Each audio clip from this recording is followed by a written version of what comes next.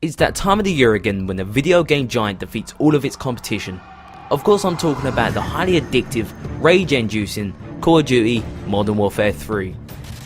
So let's start off with the campaign. It's no different to the previous two titles, in which, throughout the whole game you're on the search for Makarov, a Russian terrorist that's plotting to take over the world. With new locations and stories in which take you all over the globe to find the Russian, it's a nice change and warmly welcomed in such a generic campaign. Activision decided that no longer will you be playing as Soap, the main character you played as throughout the last two games. Instead they went for a different approach and tried to mix it up for a bit, which in my opinion I didn't care for. If anything, I'd rather have played as Soap, considering you have been on a journey with him over the last two games and it feels odd just him being there instead of you playing as him. As always, you still play alongside long-time veteran and friendly ally Captain Price. Something which you will notice from the story if you played the previous game is that a huge amount of the missions are reminiscent of Modern Warfare 2, which is a huge shame, as variety would have been nice. By no means does this make the game terrible, it's just I would rather have seen different objectives from time to time.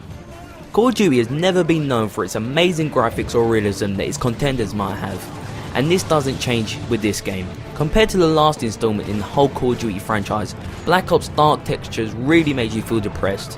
Modern Warfare 3's enjoyable colour scheme is welcomed, as looking through dark hallways, whether that was on campaign or multiplayer in Black Ops, was never nice.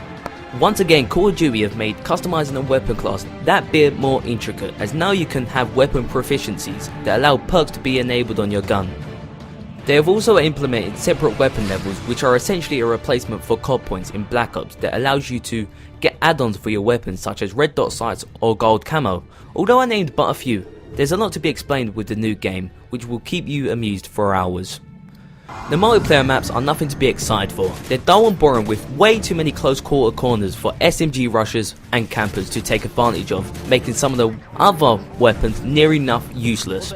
If you have played the previous Call of Duty titles for their multiplayer, you would know that some of the maps seem like they have been taken from the previous game. Survival mode, Infinity Ward's take on the huge success of zombies in Black Ops, seems like a lot of fun. The premise is that you're on the multiplayer maps and hordes of bots try to kill you. But it's not as simple as you may think. By yourself or with partners, you could get yourself into some tricky situations. The bots actually feel like real people and not idiots shooting at the floor. Overall, I like survival mode a lot more than zombies. I conclude that the Call of Duty Modern Warfare series has played an ace, coming out with yet another great game to add to their series. If you're looking to dominate and spend countless amount of hours trying to reach the highest prestige and be the best, this is definitely the game for you. Overall, I give it 86%.